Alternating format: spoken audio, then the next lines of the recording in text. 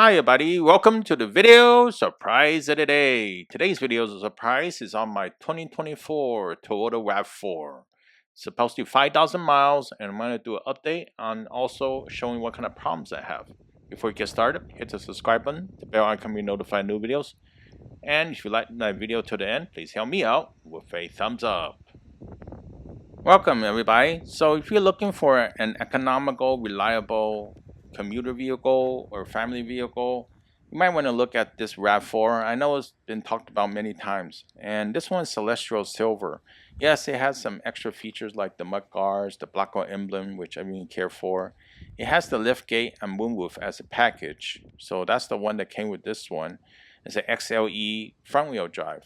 So if you want something that's going to be expected to have low maintenance costs and pretty reliable overall, you don't need a lot of power and just something that works, right? And a comfortable interior, not going to be over the top, not going to be a Lexus or not going to be a high-end vehicle. And it's not even going to be a hybrid. Maybe you want to consider this one, for example, right? And I actually got used to this vehicle more through the rental one I did a video on earlier.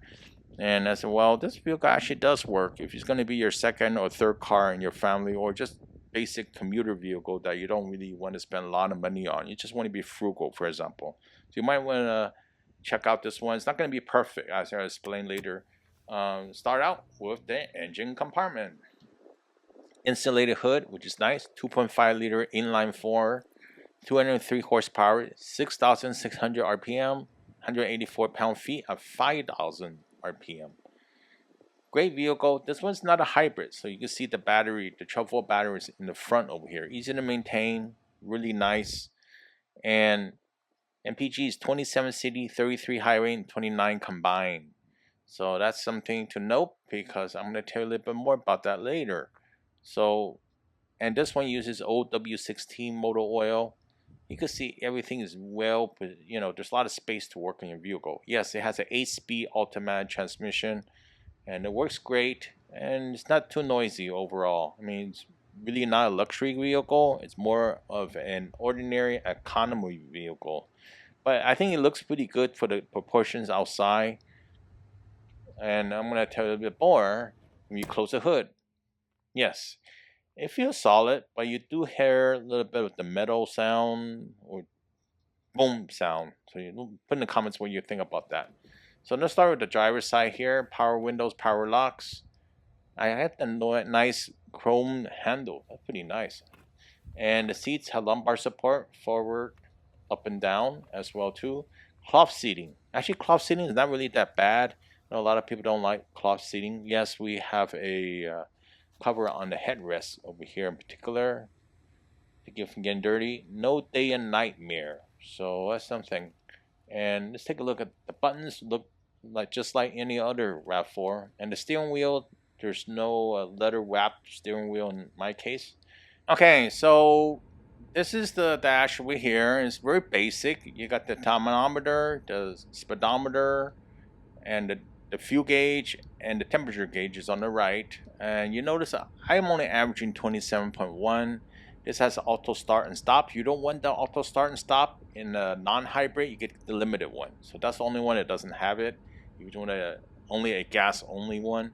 But I'm not getting any close to 29. Of course, your driving environment may be a little bit different. Your weather may affect your MPG, but I'm only getting 27. Of course, this is like 80% on the city.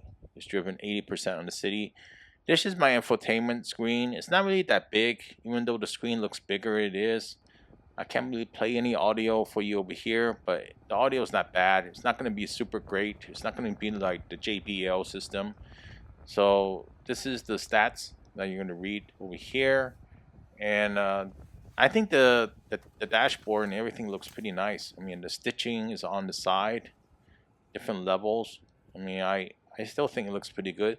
Unfortunately, I only have the wiggler mirror that you flip, and there's no day and night mirror on my vehicle, which I really wanted that feature. Maybe I should have waited more carefully. The A-pillar here. So if I were to install a dash cam and need to do a run for the power, I have to be really careful to run it from all the way here to the A pillar, but not block the airbag. So that's going to be a run. I'm still thinking about that part. But definitely the backup camera feature is really nice over here. It's very easy to see left and right. If the vehicle approaching, there will alert you as well and show an arrow. I don't have any front facing indicators on this particular vehicle. So that's something. But the radio, everything is very easy to use altogether. No complaints there. And my family's been driving this vehicle more than I have, of course.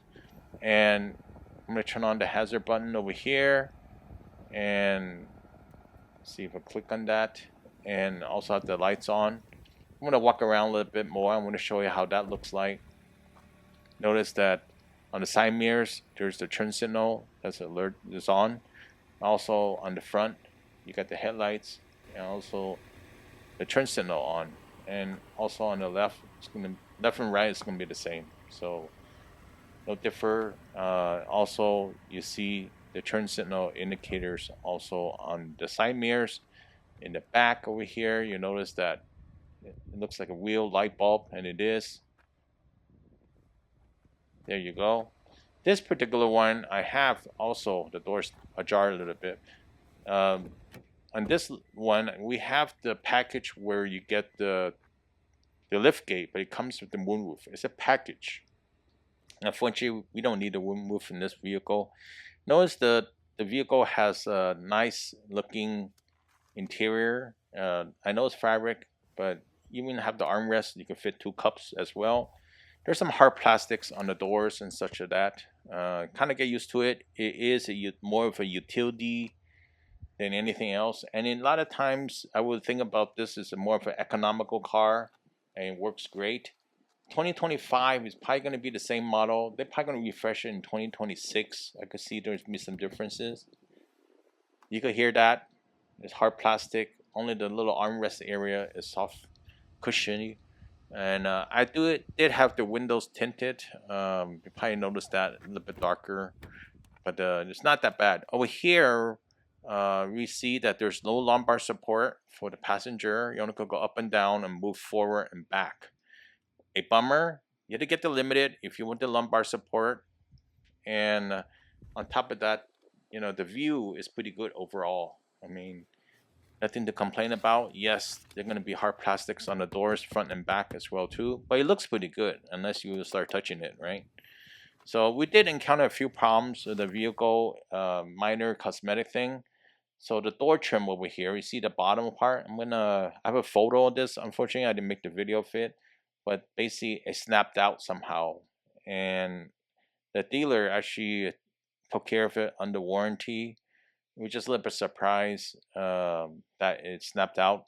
This vehicle actually was made in Canada. Usually Canada makes really good RAV4 vehicles in particular.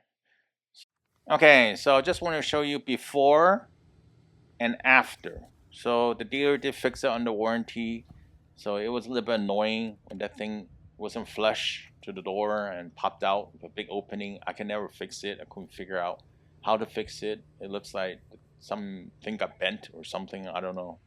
So another thing, yes, we do have the moonroof and the lift gate. Yes, the lift gate.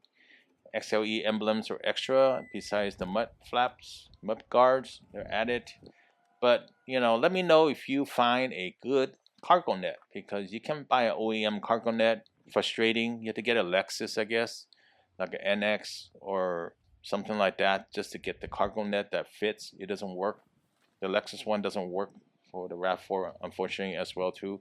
That's one of those features that maybe they held back for the Lexus model, I guess. I don't know. Push the button here. Of course, you could close it.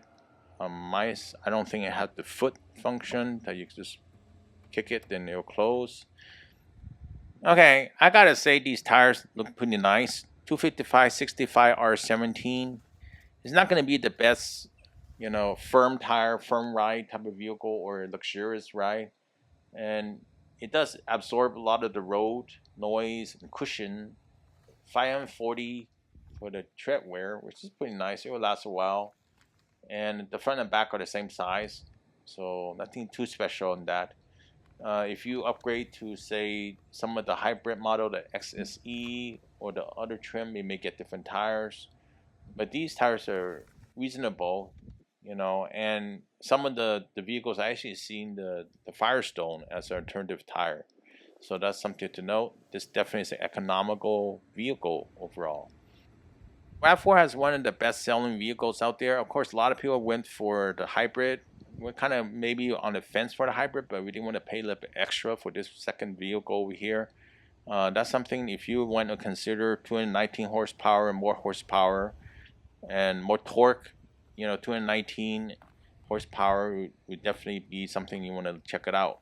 So I want to show you also that this one uses regular fuel. So that's how you open the fuel cap door. And, nothing too special listed here, but it's definitely using, you can use the basic regular fuel and you'll be fine. You can save some money. So that's something to note. That's good to know. 2025 model is the last year. 26 they're going to redesign it, so it's going to cost more and also new features, I guess. Hood and bumper alignment is not that great over here. I feel that hood is a little bit higher. I don't know how to get the integrate the body line, and also the bumper over here, it sticks out a little bit. We're gonna check out and see if the dealer will fix that. That's some little nag, I guess. It drives great. We expect low maintenance costs with this particular vehicle. Technologies are great. Android Auto, Apple CarPlay, all those functions really work. Comfortable interior.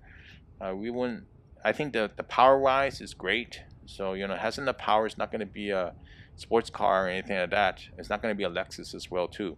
Hopefully you liked the video surprise today. I really appreciate it. Thumbs up, a comment to share. Please leave it below. Please remember to subscribe, and see you next time. Have a good one.